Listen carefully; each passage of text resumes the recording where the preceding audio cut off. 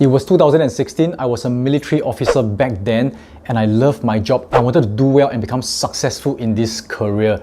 So that day, when my boss told me to enter the office, I didn't know at that point in time, but that meeting was a huge turning point in my life. When I went to the office, my boss passed me a book and told me to read it. It was a book called Creating Wealth by Robert G. Allen. This book talks about wealth principles, and in less than 10 years, in 2013, I'll be speaking alongside Robert G. Allen himself, and I'll be regarded as a wealth expert. So this was one of the first books I read and understood the wealth principles that is seldomly taught. And that's the reason why many people don't ever become wealthy. I'm not saying that monetary wealth equals to success, but I think that all of us, if we understand the wealth principles, we can at least have a choice to what we want to actually achieve in life. So I'm going to explain to you what's the wealth principles, and whether you like it or not, you are in the game and you can see how you want to participate in it. So let me explain. The amount of wealth that we get is actually proportionate to the amount of value that we provide to the world. And this amount of value, you can measure it by quality multiplied by quantity. So if you draw it on a graph, it will look like this. This is the quality and this is the quantity. Now this will explain why many people do not become wealthy, because most of us started and stay as employee for the rest of our life. Back then when I was an employee, I was creating value for my organization. In order to become more successful and wealthier, I can increase my value by working harder or upgrading myself. Example, by studying masters, going for a PhD, learning new skills and increase my value. The only issue is, even if my quality increase, the quantity of people I'm serving is only one, my employer. Some of us can become wealthy through employment because as we scale our value, we climb out this thing called the corporate ladder. And some of us may reach the top.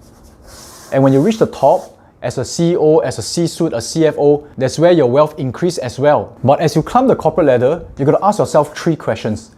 The first question is this: does your company has the potential to grow? Because if you're working for a small company, even though you reach the top, it will still be a small portion of wealth. The second question you ask yourself is the company structured to reward the employees?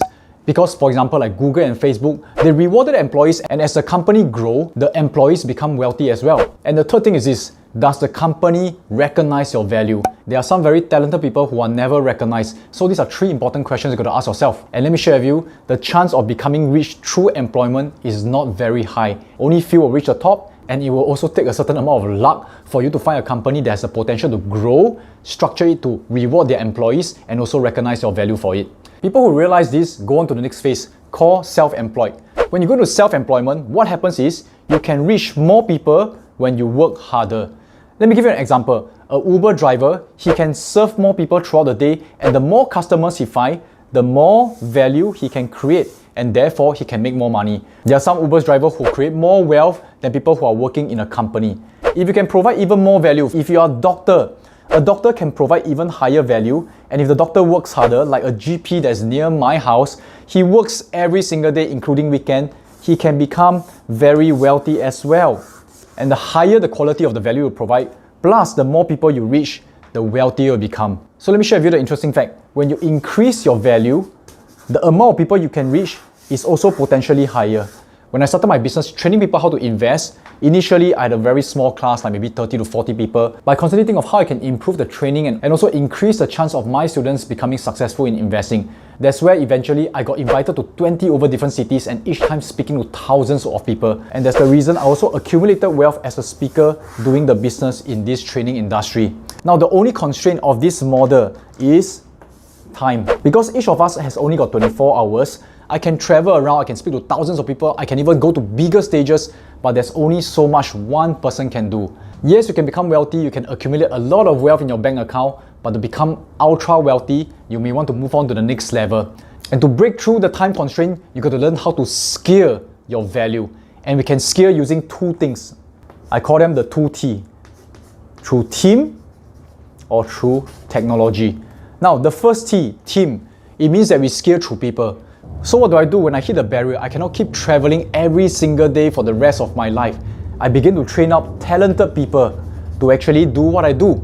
Now with more talented investors and speakers, I was no longer limited to my time. We can actually scale and reach even more people in one weekend. I remember in one weekend, we can reach even 7 countries in multiple different languages. And that's where the value increases, and so did my wealth. In fact, using this method, I built a company that was eventually worth $10 million. But let me share with you the more powerful thing, the next T, which is technology.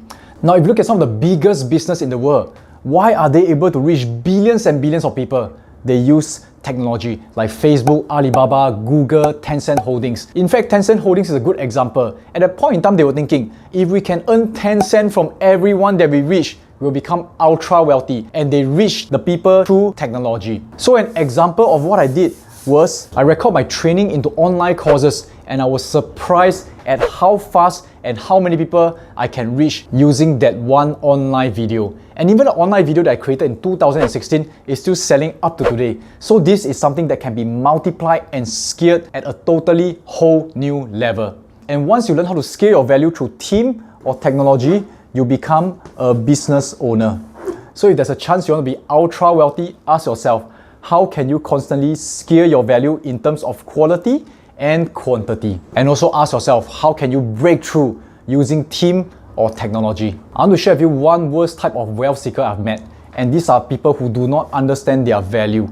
The worst type of entrepreneur or business owner are those who jump from one idea to the other idea, thinking that the next idea will make them rich. I want to share that I was guilty in my earlier days, and when I jumped from one idea to the other idea, I do not have enough time to increase the quality of that value and also to learn how to scale that particular value. So each time you throw a new idea, you are starting all over again to learn how to scale this whole entire model. It's really okay to learn new things, but you have to know what you are good in and focus on providing that value. Like a military saying goes, know yourself, know your enemy, 1,000 battles fought, 1,000 battles won. The important step is to start by understanding yourself and what kind of value can you provide. Now lastly, if you have heard of this idea called the ESBI quadrant, a famous quadrant that's created by Robert Kiyosaki, you realize that E stands for employee, and as an employee, there's only so much you can do. As self-employed, you can do a little bit more, but there's a constraint of time. B business owner is where you can become ultra rich. So the cash flow quadrant is asking people who want to become wealthy to learn how to jump from E, S to B and also I. Now what is I? I is actually investing. But how do you become rich through investing? It is to invest into businesses that has the potential to continue to reach more people and also spend effort to increase the quality of their value. So some of the famous investors like Warren Buffett, Peter Lynch, we look for businesses that has the potential to grow and reach even more people, either through team or technology, and also at the same time constantly improve their quality. And as the business grow, our wealth will grow together with it. The worst kinds of businesses to invest in are those who are constantly distracted, do not understand their value, and jumping from one business to the other. One day they are selling cars, the next day they are selling properties, and the next day they are actually going into fashion. So this is the wealth formula. If you are wondering how the ultra rich become so rich, I hope I've provided some answer, and you can also think about how you want to participate in this wealth formula. Whether you like it or not, you're part of it. So like my boss who care for me, wanting me to do well, not wanting me to spend 20-30 years of my life not understanding this wealth principle and regretting later. This is something I hope I did for you as well. So I just want you to have a choice and start doing well right now. I hope you have learned something. Tell me what you have learned and let's achieve financial joy together.